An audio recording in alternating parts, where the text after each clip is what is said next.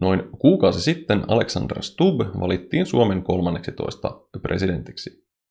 Virkaanastujaispuheessaan presidentti kertoi yleisesti tavoittelevansa muun muassa vahvaa puolustusta sotilasliittouman osana, maailmanlaajuista yhteistyötä maailmanlaajuisten ongelmien ratkaisemiseen, rauhan säilyttämistä vaikeistakin päätöksistä huolimatta ja keskittymistä perinteiseen sivistykseen kansaa yhdistävänä tekijänä. Ensimmäisen kuukauden aikana nämä tavoitteet eivät ole vielä muuttuneet käytännön toimiksi, vaan presidentti on matkustellut sekä kotimaassa että ulkomailla tapaamassa kansalaisia ja kansojen edustajia. Tämä on ymmärrettävää, mutta jotta vaihtoehtojen puute ei muodostu esteeksi, ehdotan käytännön toimia tavoitteiden tavoittelun tueksi. Suomen NATO-suuntaviivan määrittäminen lienee uuden presidentin tärkein tehtävä. Yksi todennäköinen suunta on jatkaa Yhdysvaltojen suurvaltapoliittisten päämäärien seuraamista, johon NATO-jäsenyyden ulkopuolisen DCA-sopimuksen hyväksyminen viittaa. Sopimus ei ole ongelmaton, kuten olen aikaisemmin perustellusti kertonut, joten on tarpeen ottaa toinen suunta. Suomella on nyt nimittäin oiva tilaisuus alkaa suhtautua nuivasti kaikkiin suurvaltoihin. Venäjään ja Kiinaan on jo otettu etäisyyttä, mutta Yhdysvallat ja EUn liittovaltiokehityskään eivät saa ohjata Suomea suohon. Euroopan valtioiden tulee yhdessä, mutta itsenäisinä toimia vastavoimana Yhdysvaltojen suurvaltapyrkimyksille ja asettua Natossa vankalle puolustuslinjalle. Oman puolustuskyvykkyyden nostaminen on tässä avainasemassa samalla, kun kieltäydytään uudestaan lipsumasta Afganistanin sodan kaltaisiin turhuuksiin. Maailmanlaajuinen yhteistyö suurvaltojen kanssa ilman Euroopan yhtenäistä linjaa on siis vähimmäistettävä. Tämä ei ole ongelma, koska maailmasta löytyy monia tasavertaisempia kumppaneita, joihin on hyvä alkaa tutustumaan ilman ennakkoluuloja.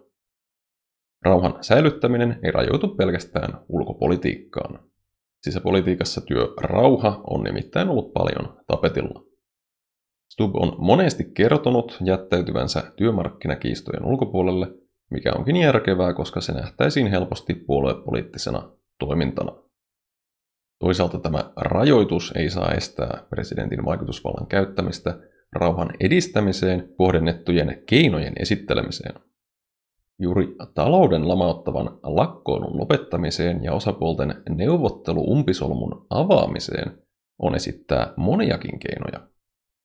Kun julkisen terveydenhuollon palkkakuoppa kasvoi kasvamistaan, moni työntekijä siirtyi yksityisten vuokratyövoimayritysten leipiin. Koska työntekijöistä oli pulaa, valtio joutui maksamaan huomattavasti korkeampia korvauksia vuokratyövoiman käytöstä. Kyseinen toimintatapa kävisi palkkojen nostamiseen myös yksityisellä puolella niillä aloilla, joilla ulkomaalaisia osaajia ei saada saman tien suomalaisten tilalle. Toinen keino palkkojen nostamiseen on lisätä paikallista kilpailua. Erityisesti yhteisomisteisten yritysten luominen yksityisomisteisten rinnalle lisäisi työntekijöiden mahdollisuuksia vaikuttaa omaan palkkaansa.